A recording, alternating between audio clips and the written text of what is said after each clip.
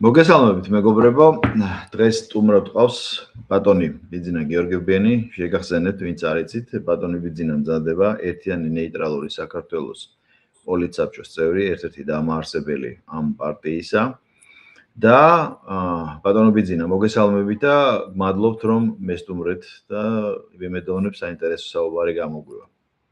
გამარჯობა, იმედია საინტერესო საუბარი შევდგება. ბატონ ბიძინა, მე თქვენი პარტიის წევრებთან თითქმის ყველასთან მქონდა საუბარი და აბსოლუტურად ვიზიარებ თქვენს პოლიტიკურ პლატფორმას, ის კი არა და ჩემს ახალგაზრდობიდან ამ იდეის მატარებელი ვიყავი, უბრალოდ მაშინ ვერბალურად არ ვიცოდით რას ნიშნავდა შინაარსობრივად მithumetes ნეიტრალიტეტი, უბრალოდ ფიქრობდით, რომ რა კარგი იქნებოდა, რომ საქართველოს ყოფილიყავით პატარა შვეიცარია. და 35 წელმა გვაჩვენა, რომ ეს არ ყოფილა შესაძლებელი, მაგრამ აი ახლა თქვენ დაარსდით, დაფუძნდით საკმაოდ დიდი პერსპექტივებით მე თვალს ვადევნებ თქვენს რეგიონში გასვლებს, აუდიტორია საკმარისი გყავთ და მაინტერესებს ამ თემებთან დაკავშირებით საუბარი და უცნაური სიტუაცია სამხრეთ კავკასიაში შექმნილი.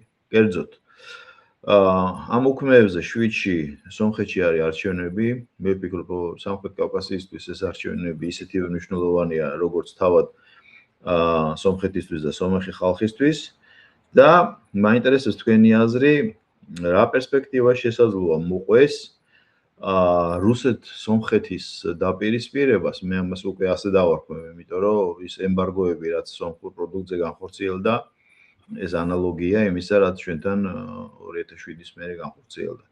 და როგორ ფიქრობთ, დაიძაბება ეს ურთიერთობა, გადაიტვირთება, სომხები გარკვეულ გამჭრიახობას ტრადიციულად გამოიჩენენ და მოინდომებენ ორს გამზრდომას, მაგრამ ამას რუსეთის ფედერაცია და კერძოდ პუტინი მიცემს ამის საშუალებას თუ რას ფიქრობთ და ტრამპის მომენტი ამ ყველაფერში. აი ეს არის ჩემი პირველი კითხვა. საამშვიდობის თბილისში ახლა საღამოა. წარმატებას უსურვებ თქვენ პროექტს პირველ რიგში. ესე იგი დავიწყოთ ნეიტრალიტეტით ალბათ, არა? დიახ. ნეიტრალიტეტი ისეთი თემა, რომელზეც ლაპარაკი ერთი პერიოდი ტაბუდადებული იყო. ასე იყო ნახევრად. ეს ის დროა, როდესაც საქართველოში ჩამოდიოდნენ ნატოს რაღაც საშუალო დონის ჩინოვნიკები, რომლებიც გასცემდნენ რაღაც დაპირებებს, ტყუილ დაპირებებს, პირდაპირ ვთქვათ, ეს პროექტი თვითონ, როდესაც 98 წელში გაჟღერდა თქვა საქართველოს მაშინდელმა სახელმწიფოს მეთაურმა ედვარდ შევარდნაძემ, რომ მე იქო დავაკაკუნებო და რაღაცებს ხატონად რო ამობდნენ, საქართველოში იქიდან მოყოლებული ეს იყო არარეალური პროექტი, საერთოდ ნატოს აღმოსავლეთით გაფართოება, ევროპის კონტინენტის გარეთ გაფართოება იყო თავიდანვე წარმოუდგენლად ისეთი არასერიოზული დაპირება და უფრო ეს გავდა საქართველოს გამოყენებას რუსეთის წინააღმდეგ პროქსი ძალად, სახელმწიფო პროვოკატორის როლში, რომელიც პერიოდულად რუსეთის წინააღმდეგ გარეთ დაკვეთების შესაბამისად ქმნიდა რაღაც გარკვეულ დაძაბულობას, რიტორიკას ანტირუსულს. თქვენ იცით, რომ ბევრი შეთქმულების თეორიები არსებობს, ბევრი ისეთი თეორია, რომელსაც საფუძველი აქვს, არის ისეთი თეორიები, რომელსაც საფუძველი არ აქვს. ერთ-ერთი მათგანი არის ეს რიმლენდის და ჰარტლენდის თეორია, გეოპოლიტიკის უკან დაბრუნების დღის წესრიგში, მას შემდეგ რაც გეოპოლიტიკამ აშკარად დაჯაბნა გეოეკონომიკა და დაბრუნდა უკან გეოპოლიტიკა, აშკარა გახდა, რომ რუსეთის გარშემო აი ეს დასავლეთის მხრიდან კეთდებოდა ეგრეთ წოდებული ცეცხლოვანი რკალი, რომელშიც უნდა შესულიყო მოყოლებული ბალტიის ზღვის ქვეყნებიდან პოლონეთი, უკრაინა, მოლდოვა, საქართველო, რომელსაც უნდა აზერბაიჯანი სურდათ ამაში ჩაერთოთ და ცენტრალური და შუა აზიის ქვეყნები თუმცა ამ პროექტმა ბოლოსში ვერ იმუშავა, იმიტომ რომ ამ პროექტს სამხედრო მდგენელის და ეკონომიკური მდგენელის გარდა უნდა ქონოდა რაღაც ისეთი სამხედრო მხარდაჭერაც და ნატოს ჩრდილოატლანტიკური ალიანსის სამხედრო ძლიერება, რა თქმა უნდა, არ იყო ამოუწურავი და ეს გვაჩვენა კიდევაც ირანთან ამერიკის შეერთებული შტატების დაპირისპირებამ, რომელიც ჯერ კიდევ გრძელდება, ოღონდ მინავლებად რეჟიმშია. ნეიტრალიტეტი საქართველოში თითქოს და რაღაც დეკლარირების დონეზე იყო მე-20 საუკუნის დასაწყისში, მას შემდეგ რაც პირველი მსოფლიო ომის ნანგრევებზე აღმოცენდა ამიერკავკასიის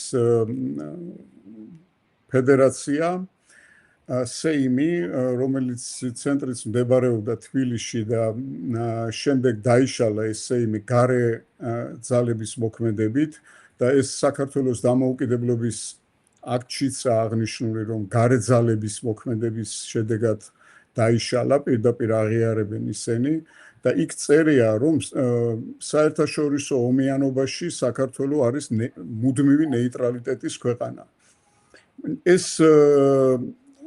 ეს ჩანაწერი, რომ ეს მუდმივი ნეიტრალიტეტის ქვეყანაა საერთაშორისო ომიანობაში, მივაქციოთ ყურადღება იმას, რომ ეს საერთაშორისო ომიანობაში, მშვიდობიანობის პერიოდში იქ არ წერია, ეს ნეიტრალური ქვეყანაა, ისე როგორც დღეს თქვათ ავსტრია და შვეიცარია. საერთაშორისო ომიანობაში, რომ ნეიტრალურია საქართველო, ეს ჩაიწერა მაშინ, როდესაც საქართველოში იდგა фон კრესენშტაინის корпуსი, მაშინ გერმანიის ჯარი იდგა საქართველოში.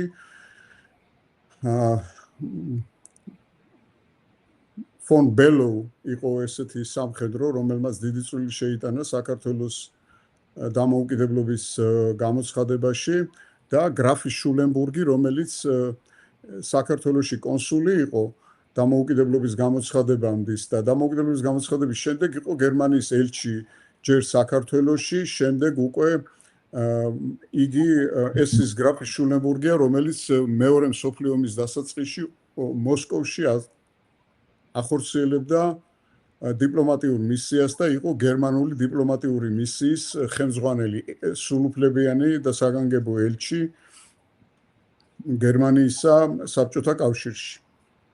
ის ყველაფერს ცდილობდა, სხვათა შორის ძალიან კეთილშობილი და ძლიერი დიპლომატი იყო ის და ის ყველაფერს ცდილობდა, რომ ეს ომი არ დაწყებულიყო, თუმცა აქ ორი ისეთი დიდი სისტემა მოვიდა ერთმანეთთან კონფლიქტში, რომ მას გაუჭირდა ამ წინააღმდეგობის დაძლევა და საქართველოში ეს ნეიტრალიტეტი, როცა ჩანაწერი გაკეთდა, უკვე იყო მაშინ გერმანული ჯარების ესე იგი დასაყრდენი იყო გერმანული ჯარები საქართველოს დამოუკიდებლობის მაშინ. მანამდე საქართველოში იყო თურქეთის ჯარი.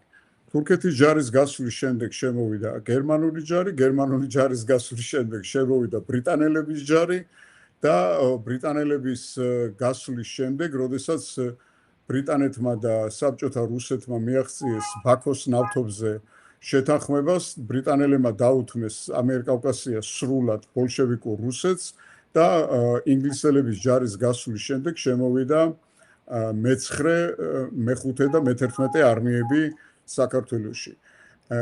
უკვე სხვა შორის აღნიშნოთ ისიც და ვთქვათ ისიც, რომ 1918 წლის 26 მაისის დამოუკიდებლობის დეკლარაცია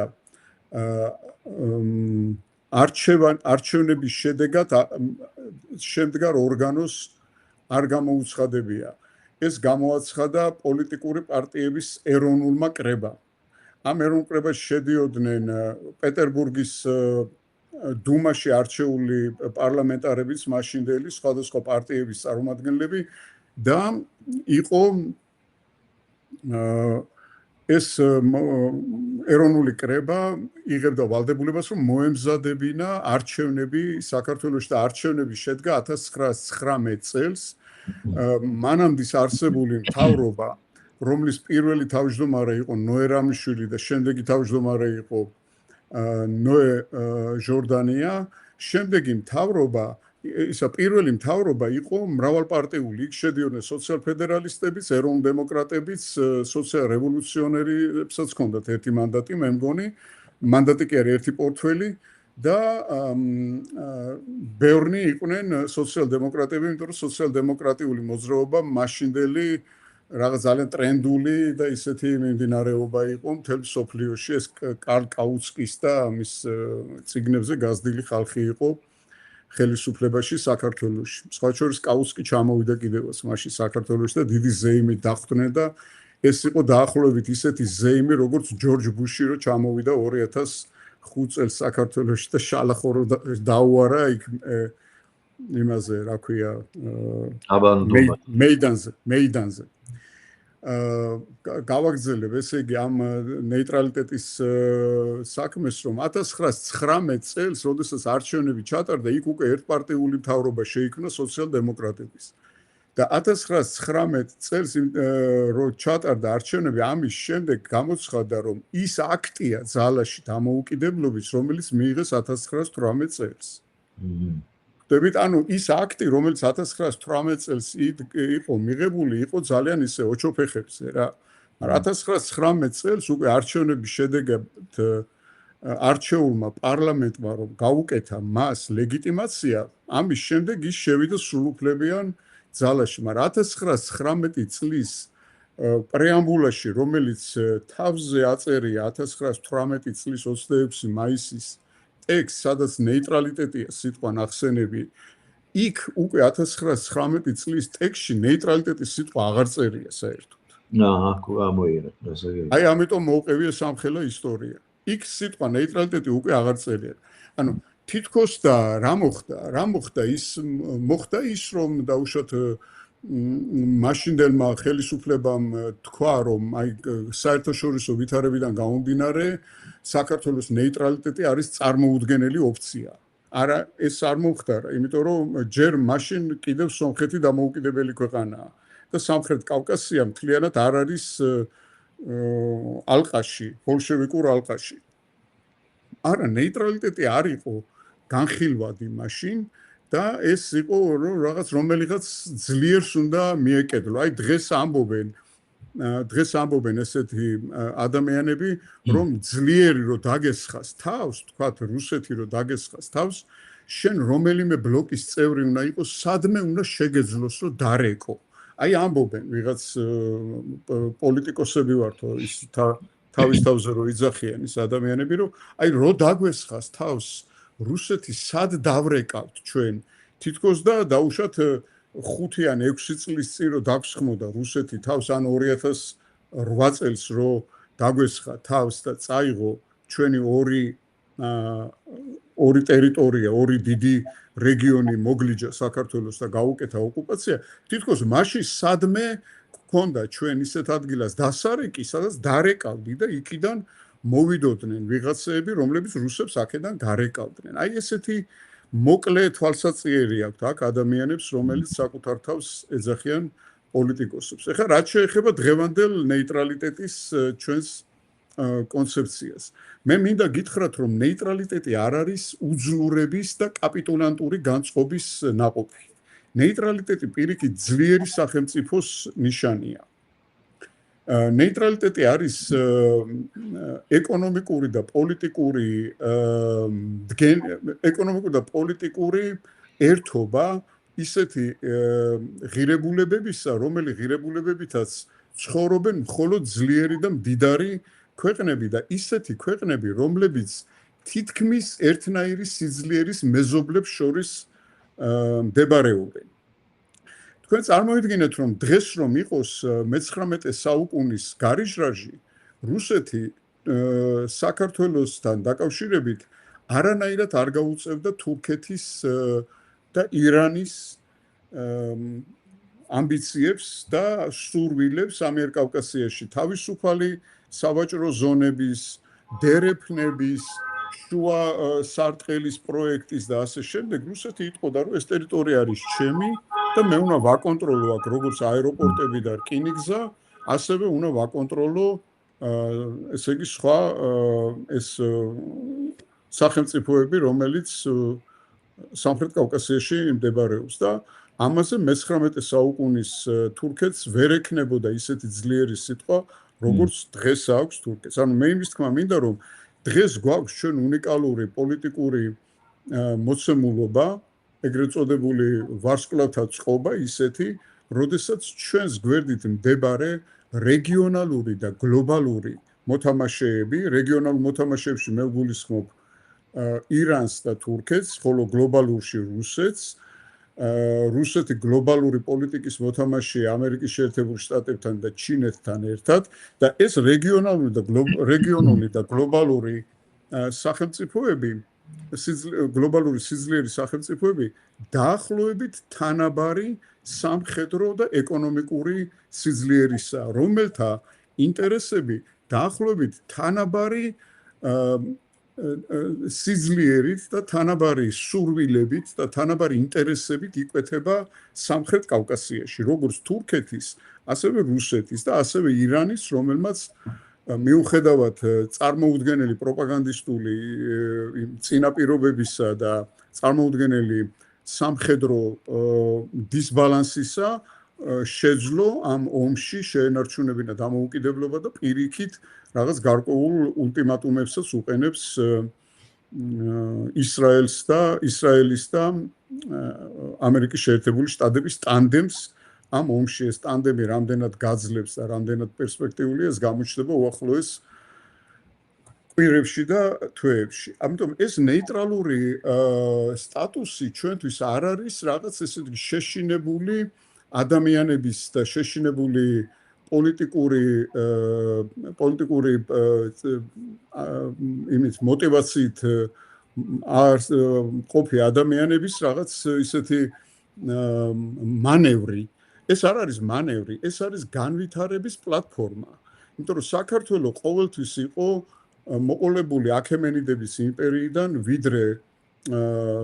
ვიდრე აი ამ ევროკავშირის და ლიბერალური იმპერატივის საერთო დომინაციის პერიოდისა, ყოველთვის იყო უცხო ქვეყნების, უცხო იმპერიების, დიდი იმპერიების დღის წესრიგით, მათ მომხრედ, მათ ნაწილად, მათ შემადგენელი ნაწილად მყოფი სახელმწიფო, მათი დღის წესრიგით მცხოვრები სახელმწიფო, ხან სპარსეთის, ბიზანტიის, ოსმალეთის, რუსეთის იქნებოდა დაუშვათ იქ მონღოლთა იმპერია თუ ასე შემდეგ.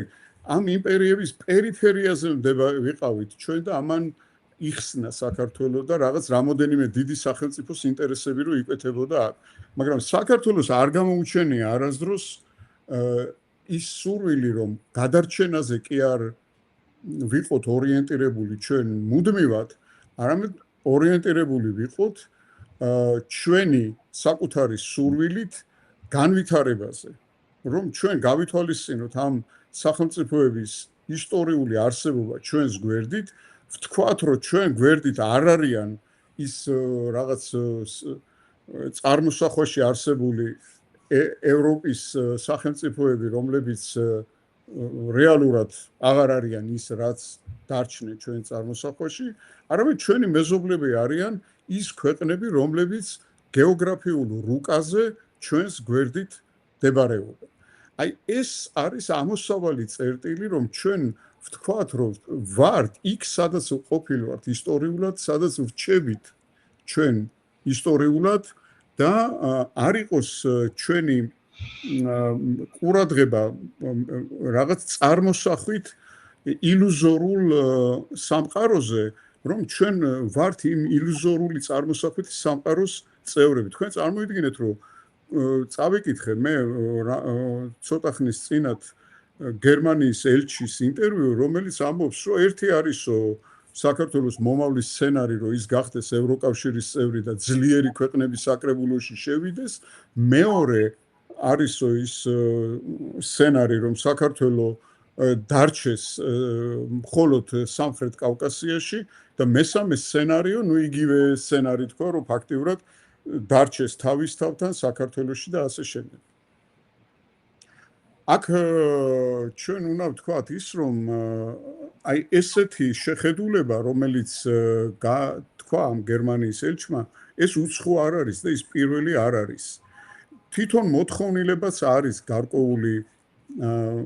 გარკვეული რაღაც ექსტრემისტ ლიბერალთა წრეებში იმისა, რომ ქართველები უნდა დიახ ცალფეხზე დავდგეთ, რომ ქართველობა საკმარისი არ არის მათთვის.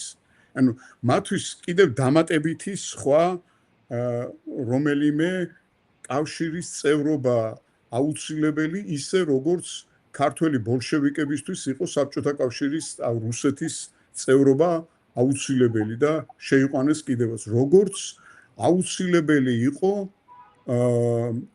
აი ამ სოციალ-დემოკრატიული მთავრობის წევრთათვის მაშინდელ იმაში სოციინტერნში მონაწილეობა და კარლ კაუცკი ჩამოვიდა აქ და ესე იგი გვიცნეს და ასე შემდეგ ხდებით.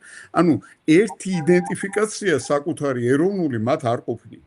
აუცილებელია რომ რომელიმე კავშირის წევრები ვიყოთ. ეს მოდურია ევროკავშირი, სხვა რომელიღაც შეუმდგარი სახელმწიფოებისთვის შეიძლება იყოს სანატრელი რომ გახდნენ რამენაირად ევრაზიული კავშირის წევრები. ხო, აი ვიღაცები ამბობენ, რომ კაი ევროკავშირში თუ არ გვინდა, აი აუცილებლად უნდა შევიდეთ ბრიქსში. აუცილებლად უნდა ანუ ჩვენი კონცეფცია სხვა არის. ჩვენ გვაქვს ისეთი უნიკალური მდებარეობა, გეოგრაფიული მდებარეობა და მონაცემები კულტურული. სხვათა შორის ეს კულტურული სივრცეა ისეთი, რომელიც აერთიანებს დღევანდელ ევროპულ მენტალიტეტს და აზიურ ყოველდღიურობას. აი ამ სივრცეში ჩვენ შეგვიძლია და გვაქვს იმის რეალური საშუალება, რომ ვიყოთ სახელმწიფო ნეიტრალური, ჩვენ გქონდეს საგარეო ორიენტირები, ეკონომიკაზე ორიენტირებული საგარეო ორიენტირები გქონდეს ჩვენ, არ ვიყოთ ჩვენ ორიენტირებული ღირებულებებზე, არამედ ვიყოთ ორიენტირებული ინტერესებზე. ინტერესები ღირებულებების წინააღმდეგ. და ამ ღირებულებებში რაც ჩამოწერილი აქვს საყოველთაო ღირებულებად ევროკავშირს იქნება თუ სხვა კავშირებს, ამ ღირებულებების უკან ყოველთვის იმალება რომელიმე კონკრეტული სახელმწიფოს ან სახელმწიფოთა ჯგუფის ძალიან ისეთი ინტერესები რა, აი პირდაპირ ვთქვათ, მერკანტილური ინტერესები.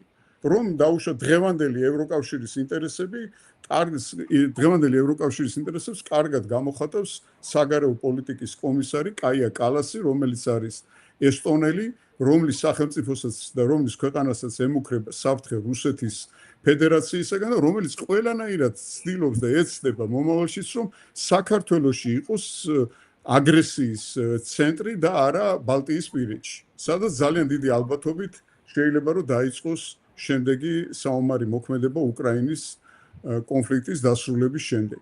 აქ ყველაფერი არის დალაგებული მხოლოდ ინტერესებზე. აქ რაღაცა ღირებულებები ჩვენ ვიცით მოყოლებული ქრისტეს შობიდან და ქრისტეს ჯვარცმიდან და მას შემდეგ რაც საქართველოს მიიღო ქრისტიანობა. ჩვენ ვაღიარებთ ქრისტიანულ ღირებულებებს და შოთა რუსთაველის ვეფხისტყაოსანშია გაწერილი ქართული ღირებულებები ძალიან კარგა, რითაც აღიზარდა ქართველების ძალიან ბევრი თაობა. ეს არის მეგობრობა, სიყვარული, მოყვასისათვის თავდადება და სამშობლოსათვის თავდადება. ჩვენი ღირებულებები გვაქვს და ქართველებს ჩვენი სტანდარტებიც გვაქვს. ის ევროკავშირის სტანდარტები, რომელიც მათ აქვთ, ძალიან კარგია. იქ ბევრი რამე შეიძლება რომ ისწავლოს ადამიანმა და გამოცადოს, მაგრამ ჩვენ გვაქვს ჩვენი სტანდარტებიც. ეს რაც შეეხება იმ პირველ თემას, რომელზეც ჩვენ ვილაპარაკეთ, მე მგონი ცოტა გამიგზელდა. არა, ძალიან კარგი იყო და აქვე მინდა აღვნიშნო, რომ ნეიტრალიტეტის თაობაზე რაც მინდოდა. ძალიან მნიშვნელოვანი რამე თქვი და განმარტეთ, რაც ძალიან მისიამოვნა.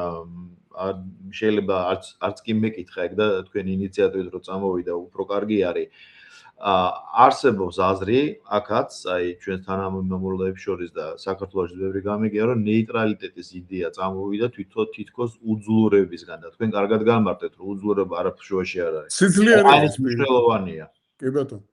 დამარცხებულ ქვეყანას, როდესაც თავს მოახვევენ, მათთვის სასურველ პირობებზე ნეიტრალიტეტს და იმ ნეიტრალიტეტის ქვეშ რა იგულისხმება ისაა მთავარი, თორე სიტყვა ნეიტრალიტეტი არ არის გადამწყვეტი. სხვა შორის მეორე თქვენს მიერ ჩამოთვლილი კითხვებიდან მეორე კითხვაზე გადავალ აქვე ნეიტრალიტეტიდან პირდაპირ და მინდა რომ ეს რაღაცნაირად უფრო გავამახვილოთ ყურადღება ამაზე, რომ სომხეთის მაგალითი და უკრაინის მაგალითი ყველა არ მოვიტანე სომხები ნეიტრალურ ბალანსს რამდენ ხანს ცდილობდნენ რომ ქონოდა. არ ცდილობდნენ ეგენ ნეიტრალურ ბალანსს, იმიტომ რომ მათთან რუსეთის სამხედრო ბაზაა შიგნით.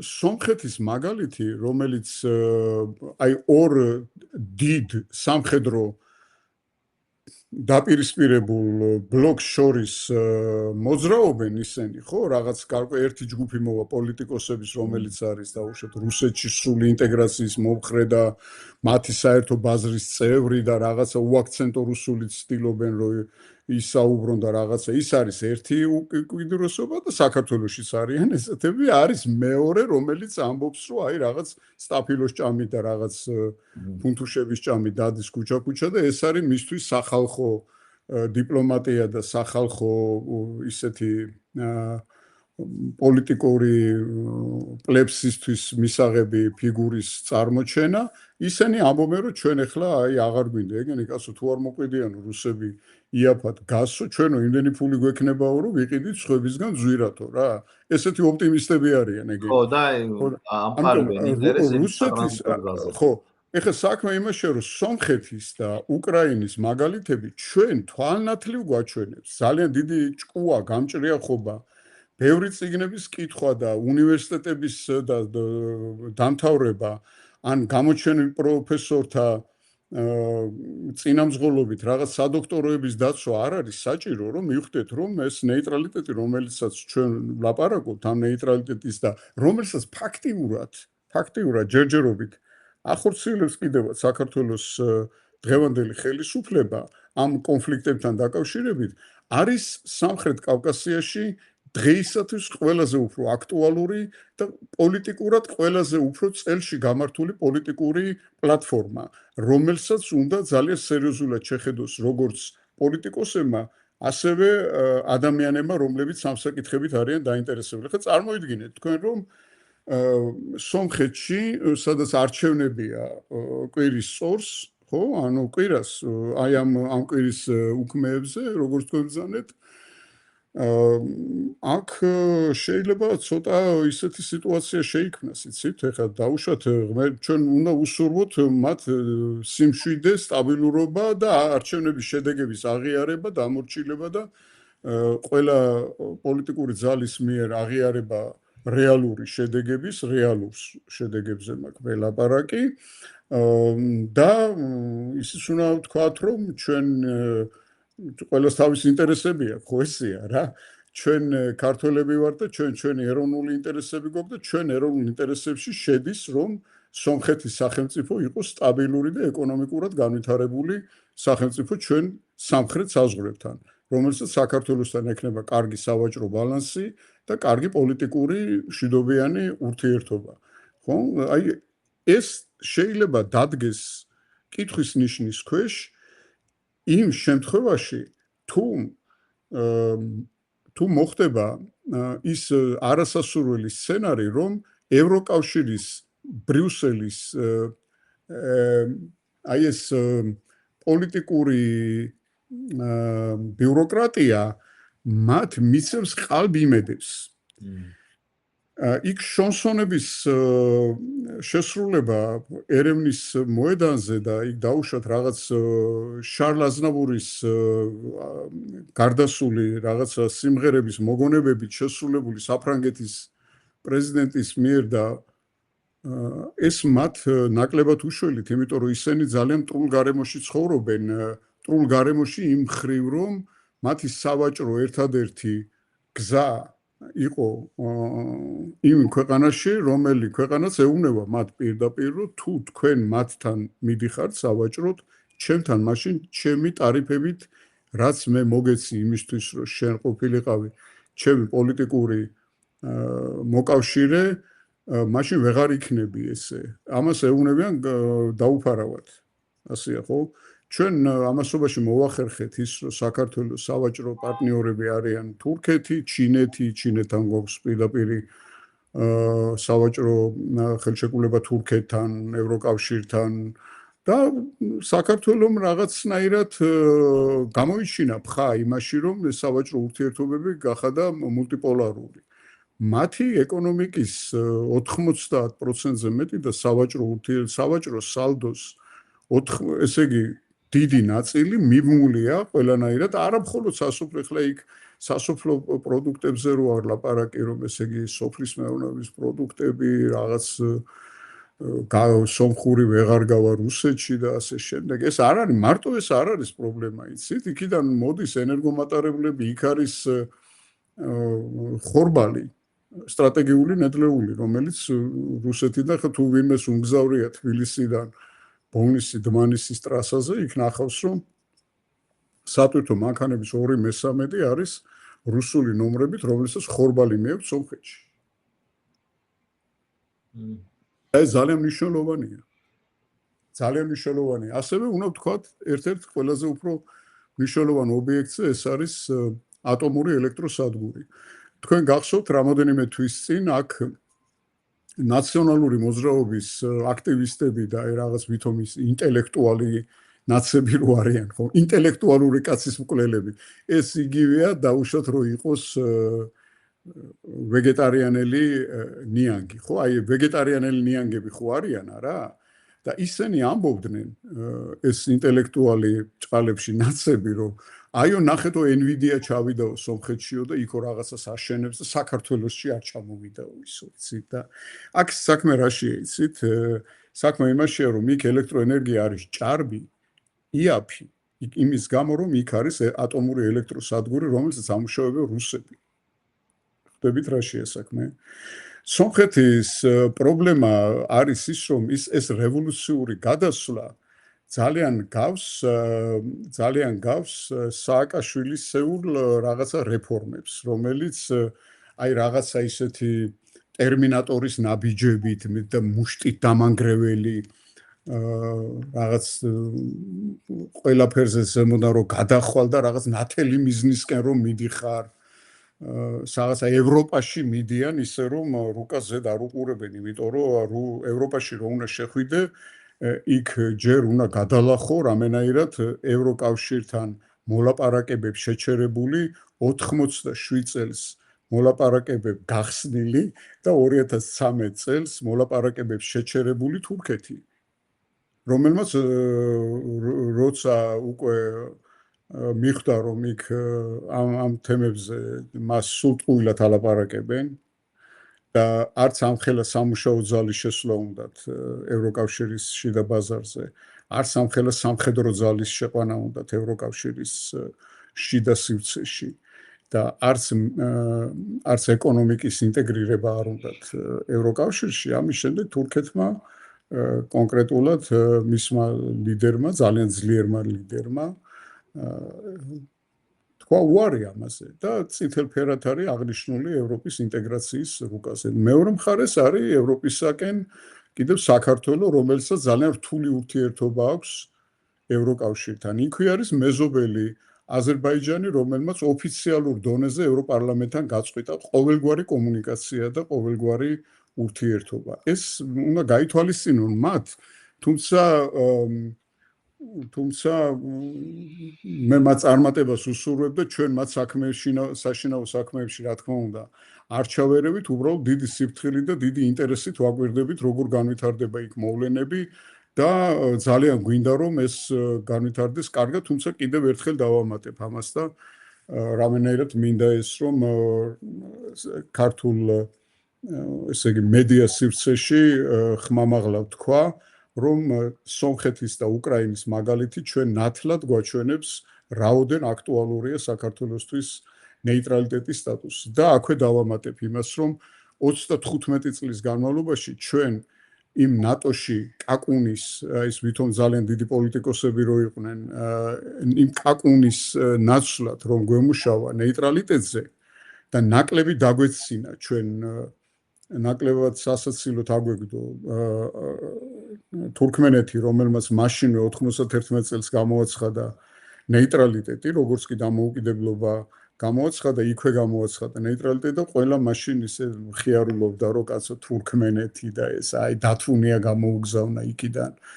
თუ აქედან გაუგზავნა შევარდნაძემ დათუნია საფარმურად ნიაზოვს და იქიდან იმან რაღაც ახალთექური ულაყი გამოუგზავნა და აი რაღაც შუააზიური რაღაც სიყვარულის კარვის ერთგულების პალოზე მარადიული სიყვარულით თოკით გამობმული რაღაც აი ესეთი ის ხო იყო ურთიერთობა შუა აზიის ხანებს შორის არა და მაშინ ყველა დაცინოდა თურქმენეთს და ახლა უკვე თურქმენეთის ნეიტრალიტეტის იუბილეზე ნახევარი მსოფლიოს ლიდერები იყვნენ უკვე ჩასული თურქმენეთში და აღიარებულია ეს როგორც ნეიტრალური სახელმწიფო. თქვენ წარმოიდგინეთ, ამდენი ადამიანური რესურსი და ამდენი ფინანსური რესურსი ჩვენ რო დაგვეხარჯა საქართველოს ნეიტრალურ სტატუსზე და მოლაპარაკებებზე თურქეთთან, ირანთან, რუსეთთან, ჩინეთთან, ევროკავშირთან და ამერიკის შეერთებულ შტატებთან, თუმცა ამერიკის შეერთებულ შტატებს არ უყვარს ნეიტრალური სახელმწიფოები, რო დაგვეხარჯა ჩვენ ამდენი რესურსი და ენერგია,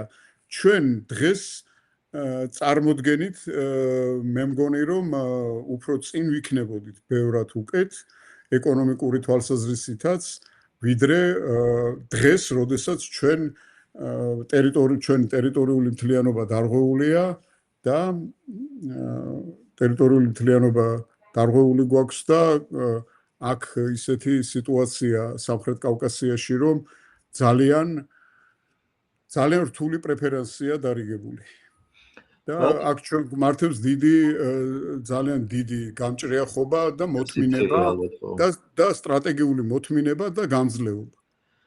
ხო, სიფრთხილის გარეშე არ გამოვა. ბატონ მიძინა, მე ტრამპი რატო ვახსენე ახლა ისე თითქოს სუბუქად და გაყვრით. სომხეთის ვიცე-პრემიერის განცხადება მოვისმინე და ყურებს არ დაუჯერე. იმიტომ რომ რუსულ მედიაში უყურე და მოკლედ მე ბეჭდურის დაიწერა და იქ ამბობს რომ ჩვენ დამოუკიდებლობას და სუვერენიტეტს პომიდორში ვერ გავწვით. ნუ რაღაც აი ეს კონტექსტი იყო. და მე ჯამური კონტექსტი ის იყო რომ ჩვენ იმდენად მაგრები ვიქნებით ტრამპის ზანგეზურის აწუყე ტრამპის კორიდორის ტრანზიტის ხარჯზე რომ ჩვენ ფაქტობრივად ვიქნებით ეკონომიკურად და პოლიტიკურად ანგარიში გასაწევი სახელმწიფო და ნუ თლაც სიტყვა ნეიტრალიტეტი თუ არ გვექნება იაფი გაზი ვიყიდით ძვირს იმდენი ფული გვექნება. ხო, აი რაღაც ამდაგვარი იყო, ხო და ეხლა მე მაინტერესებს ერთი რამე რომ თქვენ ნეიტრალიტეტზე კარგად ახსენეთ თურქეთი ახსენეთ ის რომ ნეიტრალიტეტს მომზადება, ნუ ნაგულისხმები იყო ამას შემზადება უნდა და ასე შემდეგ და მე ვიცი ერთი რამ რომ დაუშვათ იგივე შვეიცარია როცა ევროპა შეთანხმდა რომ შვეიცარია ნეიტრალური ყოფილიყო არ ჩამოთვლი ახლა იგი მიზეზები იყო რატომაც დათანხმდა ევროპა რომ შვეიცარია ნეიტრალური ყოფილიყო და ჩვენს გარშემო პირველ რიგში ვატიკანი კი ბატონო და ჩვენს გარშემო აი წარმოიდგინეთ რუსეთი, თურქეთი, ირანი, რომელმაც ფაქტობრივად ის პარიტეტი რაც ახლა შექმნა თავის საზღვრებთან ეს მისთვის პირადად გამარჯვებაა და მთელი მსოფლიო ამას აღიარებს რომ ეს ირანის გამარჯვება, ანუ კიდე ერთი ძლავრი მოთამაშე შემოვიდა რეგიონში, ისედაც იყო ირანი წარმოდგენილი, მაგრამ ახლა უკვე ძლავ ანგარიში გასაწევი ძალაა და აი როგორ ფიქრობთ თქვენ ჩვენი სურვილი ხო უნდა ემთხვეოდეს აი ამ დიდი სახელმწიფოების ვინ ჩვენ გვაკრავს იმათ სურვილსაც ისინიც ხო უნდა დათანხმდნენ რომ ჩვენ გვსურს ნეიტრალიტეტი მათაც ხო უნდა აღიარონ ეს და აი ეს ტრამპის კორიდორი და ეს ამ სამი ქვეყნის ჩვენი აღიარება როგორ წარმოგიდგენიათ ტრამპის კორიდორი ისეთივე კორიდორია როგორიც დღეს არის ესე იგი სპარსეთის ყურეში მდებარე სტატუს-კვო. ანუ იქ არის რაღაც გარკვეული გემები შეყვანილი, რაოდენობა, სამხედრო ალყა ორმზის სრუტეში და ეს ტრამპის კორიდორიც დაახლოებით იგივე ვირტუალური რაღაცა, როგორი ვირტუალურიც არის საქართველოს ჩრდილოატლანტიკურ ალიანსში გაწევრიანება და როგორი ვირტუალური და წარმოდგენითიც არის სომხეთის ევროკავშირში გაწევრიანება და სომხეთის გამოცხადება ქალბატონი ურსულასგან მისი ნამდვილი გვარი მავიწყდება სამწუხაროდ და მეუღლის გვარად არის ეს ფონ დერ ლაინი მეუღლის გვარია, ხო? კი, მეუღლის გვარია და აი როგორც მან აღიარა სომხეთი ესე იგი სამხრეთ აღმოსავლეთის ფორპოსტად ევროკავშირის, ესეთივე წარმოდგენითია ეს ვინაიდან ახლა აქ უყურეთ რა შეესაქმნა. მიუხედავად იმისა, რომ იქ კონსორციუმში 70%-ზე მეტი თითქოს და ამ ჯერ არ არსებული სატრანზიტო გადასახადებისა და იმის მომსახურებისა, სატრანზიტო მომსახურებისა ეკუთვნის ამერიკის შეერთებული შტატების მხარეს. ამერიკის შეერთებული შტატების მხარე ეხლა რაკიღა დაიდო ეს ხელშეკრულება ტრამპის დროს, ფაქტიურად იქ უნდა წარმოვიდგინოთ, რომ ეს ტრამპის ოჯახის რომელიმე განშტოების მხარეს იქნება ეს 70%-ზე მეტი ამ მომსახურების გადასახადებისა რა, მერე მომავალში. ის დემოკრატების მომავალ მთავრობას, როცა იქნებიან დემოკრატები რომ მოვლენ, ამას არ გადაულოცავენ, რა თქმა უნდა.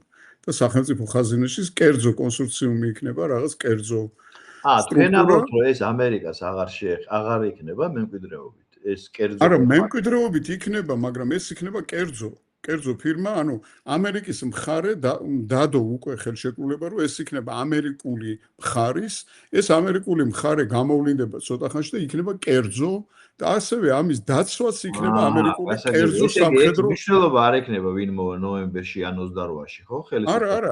არა, ეს იქნება ამერიკული მხარის და ამერიკული მხარე განსაზღვროს იმას, რომ იქ რომელი ფირმა იქნება და იმ ფირმას ექნება უკვე ხანგრძლივადიანი ხელშეკრულება, ვთქვათ ის რამდენი წელზე იდება იქ 90 წელზე მეტი ხნით იდება. ეს 90-იანია, ხო? 90 წლის განმავლობაში ხელშეკრულება ექნება და თუ რომელიმე სხვა მთავრობა ამერიკაში დაურღვევს იმათ ამ ხელშეკრულებას, რა თქმა უნდა, ისინი მოიგებენ სასამართლოს და ძალიან დიდ კომპენსაციასაც მიიღებენ და ეს წარმოსახვითი ვირტუალური კორიდორი უნდა აკონტროლოს და დაიცვას ამერიკულმა სამხედრო ფორმირებამ, კერძო სამხედრო ფორმირებამ.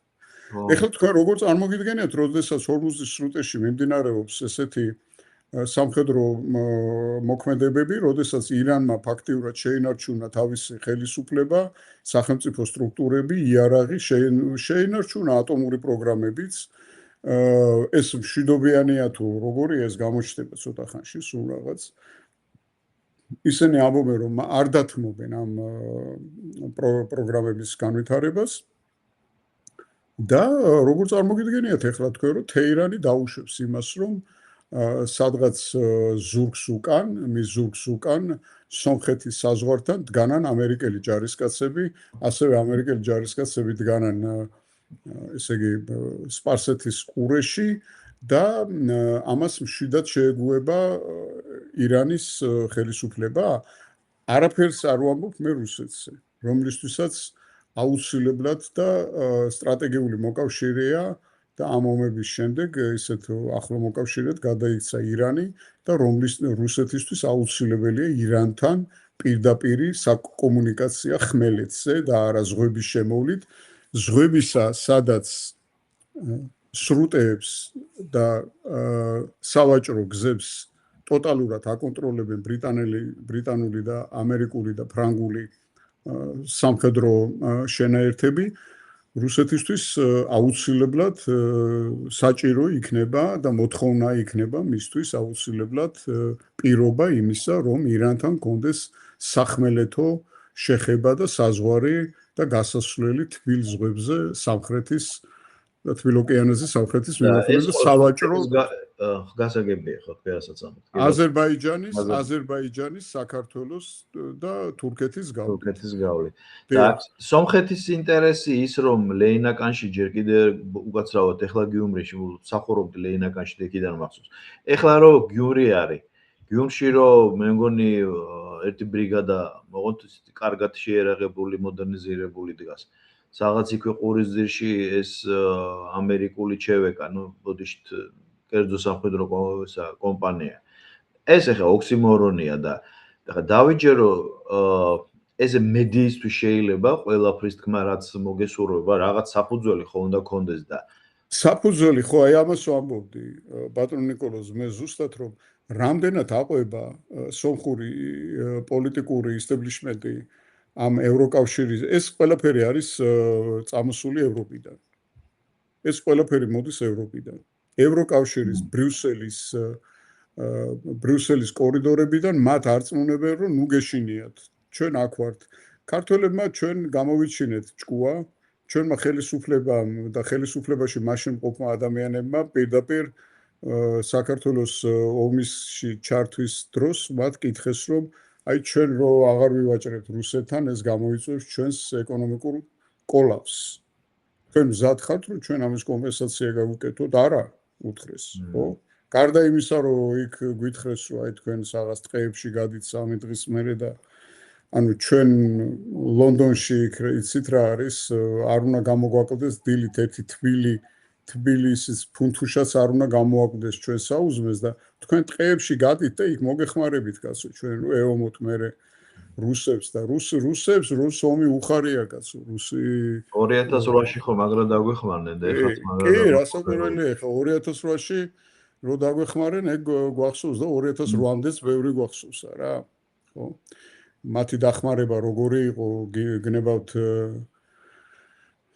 სხვა დაპირისპირებებში მანამდის რაც არსებობდა და იცით თქვენ წარმოიდგინეთ უნგრეთის აჯანყების დროს თვითონ ამერიკული ბრიტანული და სხვა ევროპული ქვეყნების პოლიტიკური ლიდერებიც კი იყვნენ ძალიან შეწუხებული იმიტომ რომ მათ მიერ იყო უნგრეთის აჯანყება მაშინ წაქეზებული და ფაქტიურად შეატოვეს მერე რუსულ ჯარს. წაქეზეს და მერე მიატოვეს ხო?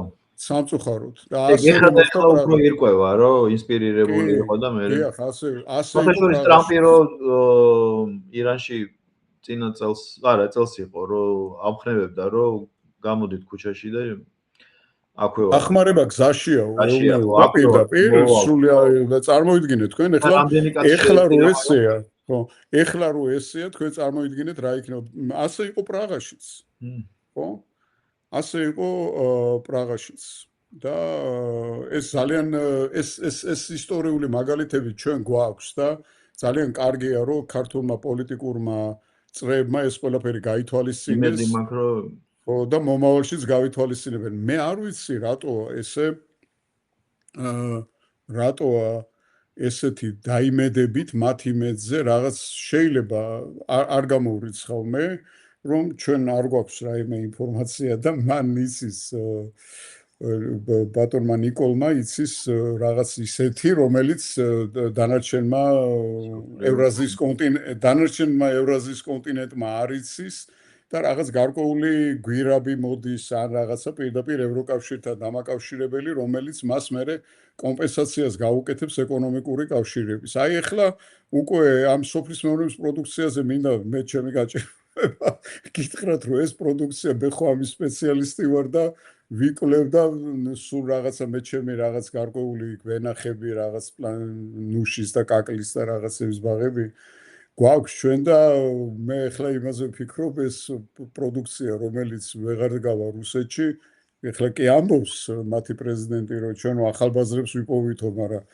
ახალი ბაზრის პოვნა ევროკავშირში ესე პირდაპირ სადმე პროდუქციის შესვლა ესე არ არის როგორც მას წარმოუდგენია რაღაც ჩვენ ხო გაგვიჭირდა ფაქტობრივად ერთი ბოთლი ღვინო ვერ შევიტანეთ ევროპაზე ნუ უტრია არა ევროპაში შედის ქართული ღვინოები მაგრამ ძირითადად ქართული ღვინოები იყიდება იქაურ რუსულ მაღაზიებში მაგას ვამბობ რა აკაც ხათაშორის ქართულ ღვინოს ვერ ნახავ თუ არ შეხვედით იმაში ბატონო ეს ესეა ხო და ეს ჩვენი წარმოდგენები აი ხა მე იმ დღეს მქონდა ამაზე ერთი კარგი პოდკასტი ჩავწერეთ ბატონ შოშიაშვილთან ჩვენ იმასთან დაკავშირებით რომ ეს ქართული პროდუქცია ევროკავშირის ბაზარზე და იქ საქართველოს წევრობა ამ ევროკავშირში რომელიც განისაზღვრება კოპენჰაგენის კრიტერიუმები და კიდევ იქ უამრავი მოწესრიგებელი აქტებია ის იმდენია ეს აქტები, რომ ჯერ მარტო იმ აქტების შესწავლას ჭირდება რამდენიმე წელიწადი და რამდენიმე ინსტიტუცია იმისთვის, რომ ის აქტები მოიყვანოს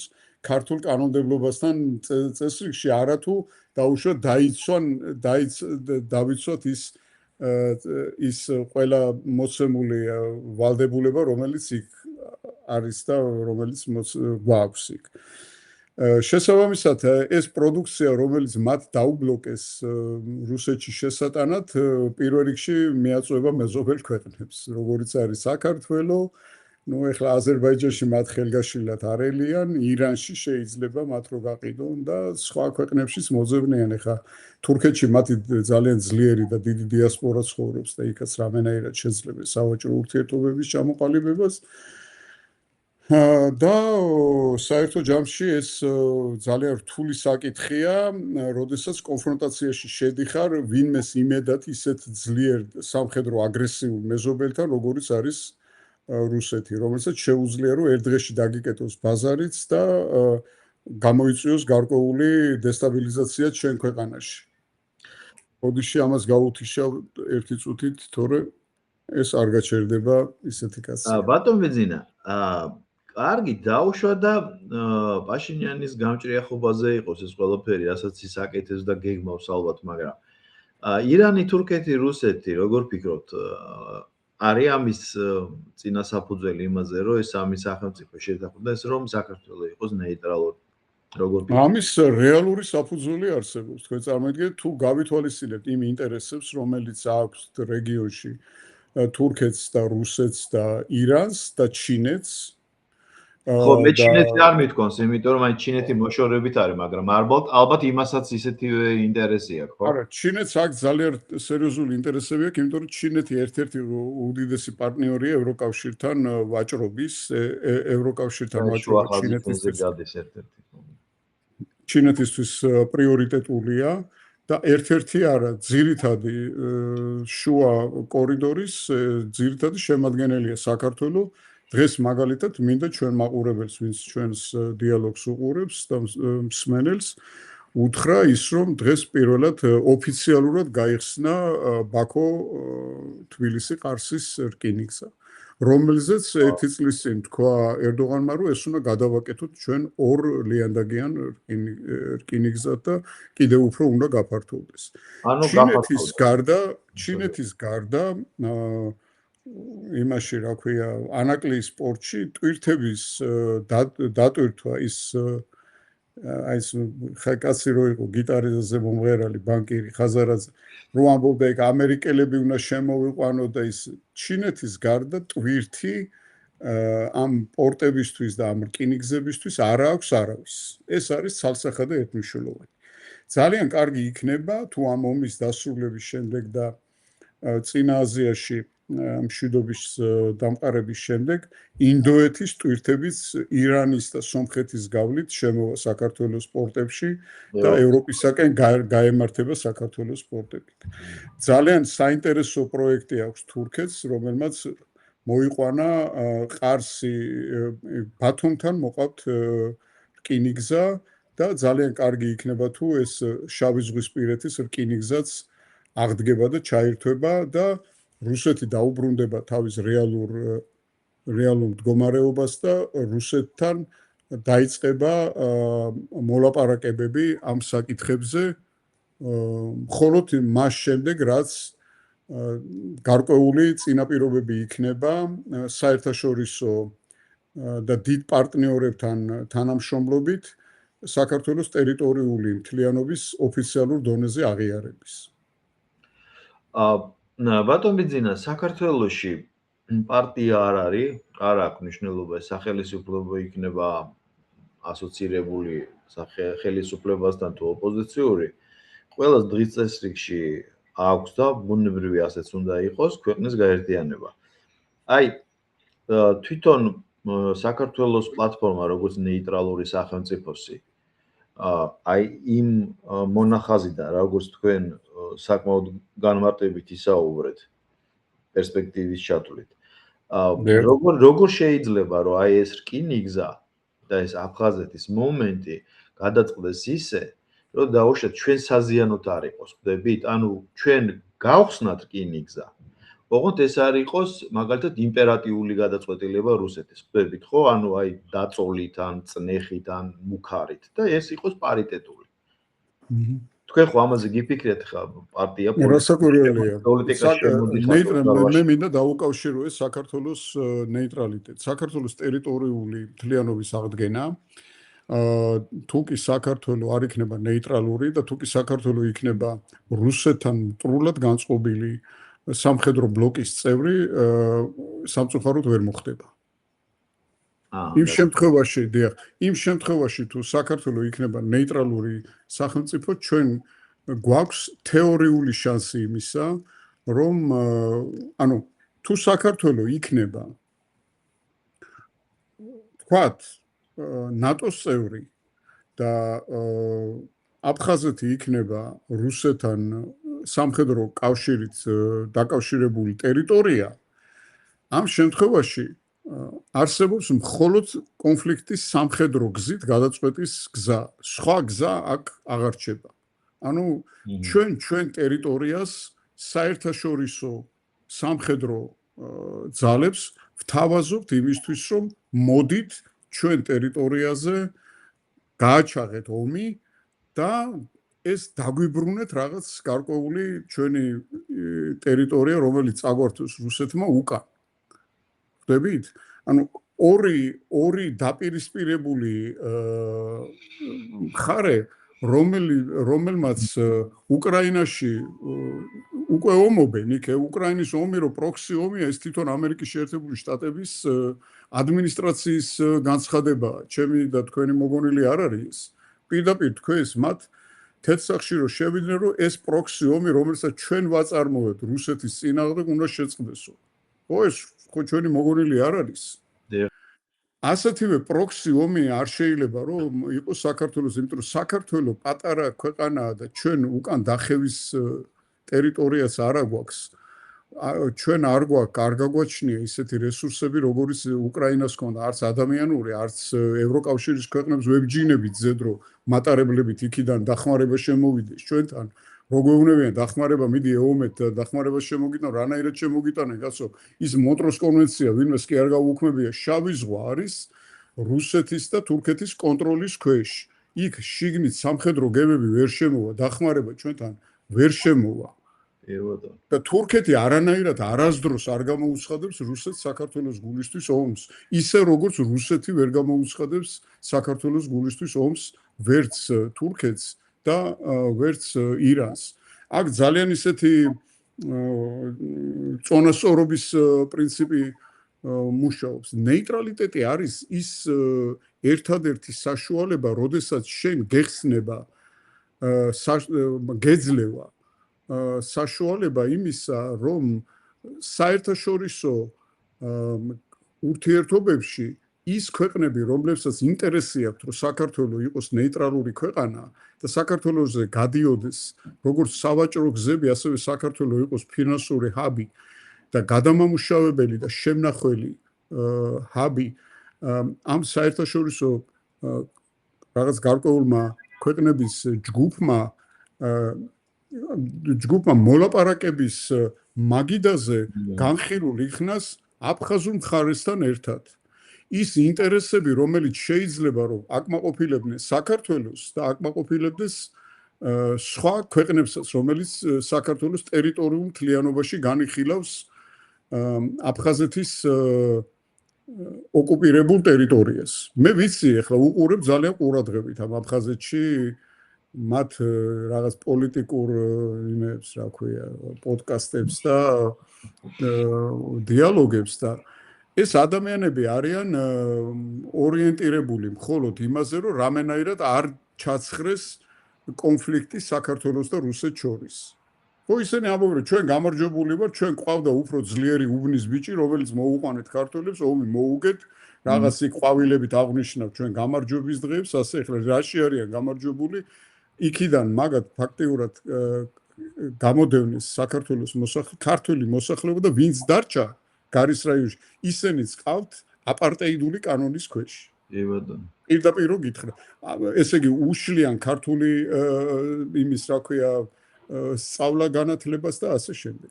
იგივეს აკეთებენ, რასაც თვითონ შივიან, რომ აი რაღაც იქ 30-იან წლებში თურმე ქართველები ქართული ამბანით აიძულებდნენ აფხაზურად წერას და იქ ამობენ, რომ აი ბერიამ ესქნა და სტალინმა ესქნა და რაღაც თორე ჩვენ ახლა ხო აღარ არიან კაცო ახლა 35 წლის წინ საბჭოთა კავშირი დაიშალა და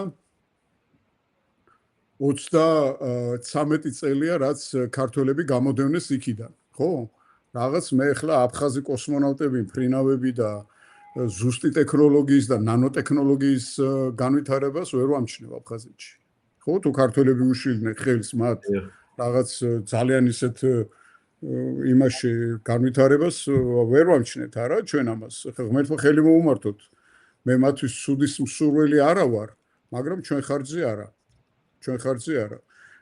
ქართველებმა ჩვენ ვიცით მიტევებაც ვიცით შერიგებაც მეგობრობაც ვიცით მაგრამ ის რომ ჩვენი თავი დავიდანაშაულოთ იმაში რომ რაც გააკეთეს მაშინ სამხედრო გადატრიალების შემდეგ იმ ხალხმა რომელიც იქ სამხედრო ძალით შევიდნენ და რაღაცა ომი გააჩაღეს აფხაზეთის ტერიტორიაზე ამას ჩვენ ქართველები ვერ შევიზელთ ასე ვთქვათ ამ დანაშაულს ჩვენ შეიძლება გავიმეორებ მე ბიძინა ივანიშვილის სიტყვებს რომ თუ საჭიროა რომ ბოდიში მოვიხადოთ გარკვეულ ქმედებებზე ბოდის მოვიხდით და ბოდიშის მოხდა ვაჟკაცობის ნიშანია და არა სილაჩრის მაგრამ ის რომ დაუშვათ თქვათ რომ ეს ჩვენი ქართველების ბრალია და ასე შემდეგ ესე არ არის როდესაც ესეთი ტრაგედია ხდება იქ დამნაშავე ან ორივე მხარე ან შეიძლება ამ მხარეზე მეტი იყოს ვინც წააქეზა ეს ორივე მხარე ამ დანაშაულისათვის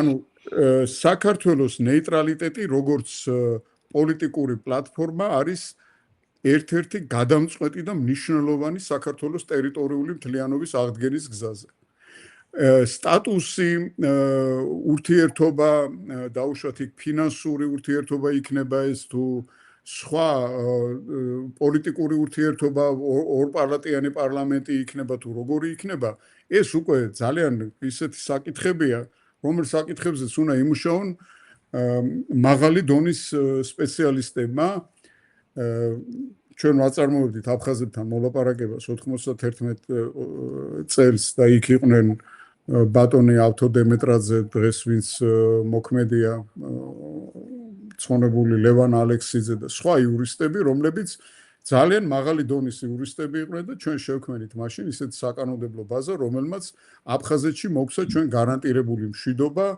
ქართველებს და აფხაზებს შორის ეხლა ეს უკვე წარსულია ამაზე გამოდევნება აღარ ღირს მაგრამ მაშინ ეს კანონი რომელიც მივიღეთ ჩვენ თბილისში მაშინ ექსტრემისტებმა აქ შერაცხეს რომ ეს აი აპარტეიდული კანონია და ჩვენი 47% ვართ და რატო აქვთ აფხაზებს ამდენი უფლებები და ასე შემდეგ და ჩვენ გვეძახდნენ რომ აი თქვენ ესკენით და თქვენ ისკენით თუმცა ეხლა ამბობენ რომ ესო აქედან როგორც ჩანს რომ ერთადერთი ყველაზე სწორი გადაწყვეტილება იყო და ეხლა ეს როცა ურემი გადატრიალდება კი არა ის ურემი უკვე ნაწილ-ნაწილაა დაშლილი ეხლა კაია ამის თქმა რა ბატონო ამიტომ ნეიტრალიტეტი არ არის რაიმე არ შედის წინააღმდეგობაში ამ პრობლემასთან პირიქით ეს არის გასაღები თუ არა ამ პრობლემის გადაწყვეტის ერთ-ერთი თეორიული შანსი ბატონ ბიძინა დიდი მადლობა ამ საუბრისთვის ფაქტობრივად სრულად გავიარეთ ის საკითხები რაც მე მაინტერესებდა და რაც თქვენ ესეთი შინაარსობრივად და საფუძვლიანად ისაუბრეთ და მე თქვენი პარტიის წევრებთან როცა ვსაუბრობდი მაშინაც ვკიდე ხაც გავიმეორებ რომ იმდენად მნიშვნელოვანია ჩემთვის ქვეყნისთვის ეს სტატუსი რომ მოხარული ვარ რომ საერთოდ ამ ორიენტაციის პოლიტიკური პლატფორმა შექმნით და მართლა გულშემატკივარი ვარ და მოხარული ვარ და წარმატებებს გისურვებთ 28-ში და შემდეგშიც რა თქმა უნდა სასიამოვნოა დიდი მადლობა ჩვენთვისაც ძალიან სასიამოვნოა თქვენაირი ინტელექტუალი ადამიანები ამ პროექტს და ამ პლატფორმას სერიოზულად აღიქვამენ და უყურებენ დიდი მადლობა თქვენ დიდი მადლობა კიდევ ერთხელ ამ საუბრისთვის წარმატებები გისურვებ თქვენს კოლეგებს, თქვენს პარტიას და მომავალ შეხვედრამდე, იმიტომ რომ სასაუბრო თემები ალბათ უფრო და უფრო მეტი იქნება და მე მოხარული ვიქნები თუ თქვენ კლავად მეწვევით.